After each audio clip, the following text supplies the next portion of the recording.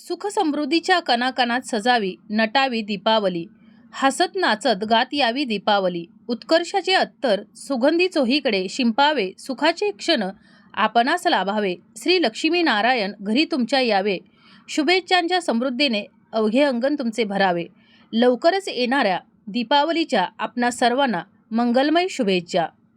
श्री स्वामी समर्थ. नमस्कार मंडळी, मी सुप्रिया आणि आपण पाहत आहात शब्दग्रंथ मराठी हा आपला यूट्यूब चॅनल. आपले हिंदू धर्म मान्यतेनुसार दिवाळीच्या शुभमुहूर्तावर आपलं घर जर स्वच्छ असेल तर देवी लक्ष्मी माता प्रसन्न होऊन त्या घरामध्ये वास करत असते. तसेच आज आपण या व्हिडिओमध्ये आपल्या घरामध्ये लक्ष्मी कायम टिकून राहावी, लक्ष्मीचा वास राहावा, आपल्या घराची भरभराट व्हावी यासाठी या दिवाळीच्या अगोदर आपल्याला घराची साफसफाई करत असताना आपल्या घरामधून काही अशा वस्तू काढून टाकायच्या आहेत, ज्या वस्तू काढून टाकल्यामुळं लक्ष्मी माता आपल्या घरामध्ये वास करणार आहे, आपल्या घराची भरभराट होणार आहे. आणि जर त्या वस्तू जर आपल्या घरामध्ये राहिल्या तर आपल्या घरामध्ये दरिद्रता येणार आहे, गरिबी येणार आहे आणि आपल्या घरामध्ये नकारात्मकता प्रवेश करणार आहे. तर अशा आता कोणत्या वस्तू आहेत ज्या आपल्याला या साफसफाई करत असताना घराबाहेर काढायच्या आहेत, तर त्याचीच माहिती आज आपण या व्हिडिओमध्ये जाणून घेणार आहोत. तर हे जाणून घेण्याकरता व्हिडिओ शेवटपर्यंत पहा. तसेच चॅनलवर जे नवीन आहेत त्यांनी चॅनलला सबस्क्राईब करा. व्हिडिओ पाहत असताना व्हिडिओला लाईक करायला विसरू नका. दिवाळीपूर्वी घराची साफसफाई करण्याची परंपरा आपल्याकडे पूर्वीपासूनच चालत आलेली आहे.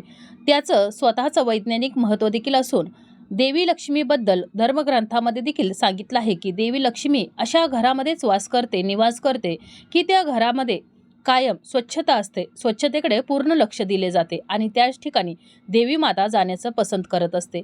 आणि म्हणूनच आपल्याला या दिवाळीच्या अगोदर साफसफाई करत असताना काही गोष्टींना विशेष महत्त्व देणं गरजेचं आहे. दिवाळीची साफसफाई करत असताना जर तुमच्या घरामध्ये जर पितळेची भांडी असतील तर आणि ही जर भांडी आपण जर दररोज वापरात आणत नसू तर आपल्याला ही भांडी ताबडतोब आपल्या स्टोअरूममध्ये किंवा किचनच्या बाहेर काढायची आहेत. असं म्हणतात की शनिदेव हे पितळेच्या भांड्याच्या अंधारात वास करत असतात आणि म्हणूनच आपल्याला ही जी वापरात नसलेली पितळेची भांडी आपल्या किचनच्या बाहेर काढायची आहेत. तसेच शनीच्या दुष्परिणामामुळे माणसाच्या आयुष्यात अनेक समस्या येऊ शकतात. त्यामुळं आपल्याला जुनी पितळेची भांडी जर काळी पडली असतील तर ती लगेचच आपल्या घरातून बाहेर काढायची आहेत आणि जर आपण वापरात असू तर ती स्वच्छ करून साफ करून आपल्याला वापरायची आहेत. परंतु वापरात नसलेली भांडी आपल्या किचनमध्ये ठेवायची नाहीत आणि जर काळी पडलेली भांडी असतील तर ती आपल्या घरातून बाहेर काढायची आहेत. आपल्या घरामध्ये अशा अनेक गोष्टी असतात की त्या पडून राहिलेल्या आपल्याला पाहायला मिळतात. आपण अगदी आवडीनं त्या वस्तू खरेदी करत असतो, विकत घेऊन आपल्या घरी येतो. मात्र कालांतराने त्या गोष्टी आपल्याला आपल्या घरातल्या माळ्यावर किंवा एखाद्या अडगळीच्या खोलीत पडलेल्या पाहायला मिळतात. आणि त्यातील सर्वात जास्त पाहायला मिळणारी गोष्ट म्हणजे आपल्या घरातील भांडी. एखाद्या ठिकाणी फिरायला गेल्यावर तिथल्या संस्कृतीनुसार बनवल्या गेलेल्या भांड्याचं आपल्याला अप्रूप वाटतं आणि ती भांडी घेऊन आपण विकत घेऊन आपल्या घरी येतो आणि आपल्या घरात जुनी आपल्या पूर्वजांची भांडी आपण आठवण म्हणून आपल्या घरातल्या माळ्यावर किंवा स्टोअर रूममध्ये साठवून ठेवत असतो. मात्र कालांतराने ही भांडी विस्मरणात जातात, हळूहळू त्यावर धूळ बसते आणि ही भांडी गंजतात. अशी ही भांडी आपल्या घरामध्ये वास्तुदोष निर्माण करत असतात. हा वास्तुदोष कालांतराने आपल्या घरच्या सदस्यांवर परिणाम करत असतो आणि वास्तुशास्त्रानुसार अशी भांडी किंवा अशा काही गोष्टी बंद पडलेल्या किंवा गंज लागलेल्या किंवा वापरत नसलेल्या स्वरूपात असतील तर त्यांना ताबडतोब आपल्या घरातून बाहेर काढलं पाहिजेत. तर बंद पडलेली वस्तू म्हणजेच बंद पडलेलं जर एखादं घड्याळ आपल्या घरामध्ये असेल आणि आपण ते अगदी एखाद्या अडगळीच्या खोलीमध्ये किंवा आपल्या माळ्यावरती तर ठेवलं असेल तर ते आपल्याला घरातून लवकर बाहेर काढायचं आहे. असं म्हणतात की घरात बंद पडलेलं घड्याळ कधीही ठेवायचं नाही, कारण भिंतीवर बंद पडलेलं घड्याळ किंवा अडगळीच्या खोलीत जरी असेल तरी देखील ते घरातील सदस्यांवर वाईट वेळ आणू शकतो आणि त्यामुळं घरातील सदस्यांचा वाईट काळ सुरू होऊ शकतो. अशावेळी एकतर हे घड्याळ आपल्याला दुरुस्त करून आणून आपल्याला भिंतीवर लावून ठेवायचं आहे किंवा आपल्या घरातून हे घड्याळ आपल्याला बाहेर काढून टाकायचं आहे. त्याचबरोबर आपल्या घरामध्ये एखादा तुटलेला फुटलेला आरसा असेल किंवा एखादी काच असेल आणि ती आपण तशीच अडगळीच्या खोलीमध्ये जर ठेवली असेल तर ते आपल्याला आपत्तीला आमंत्रण देणारं मानलं जातं आणि त्यामुळं आपल्याला ह्या वस्तू ज्या फुटलेला आरसा असेल किंवा एखादी काच असेल, मग तो कप असू द्या किंवा इतर कोणतीही वस्तू असू द्या, की जी आपली आवडती वस्तू असेल काचेची आणि ती फुटली असेल पण आपण आठवण म्हणून ठेवत असतो, तर ती देखील आपल्याला या घरातून बाहेर काढायची आहे. काचेमध्ये नकारात्मक शक्तींना कैद करण्याची क्षमता असते. त्यामुळं आपण ज्यावेळेला ही काच फुटते त्यावेळेला आपल्या घरामध्ये नकारात्मक शक्तींचा वावर सुरू होतो. यामधील ज्या नकारात्मक शक्ती असतात त्या मुक्त होतात आणि आपल्या घरामध्ये त्या वावर करतात आणि या गोष्टी आपल्यासाठी हानिकारक ठरू शकतात. म्हणून आपल्या घरामध्ये कोणतीही काचेची वस्तू तुटलेली फुटलेली आरसा असू द्या किंवा इतर कोणतीही फ्रेम असू द्या, तर ती आपल्याला चुकूनही आपल्याला दिवाळीच्या आतमध्ये आपल्या घरातून बाहेर काढायची आहे.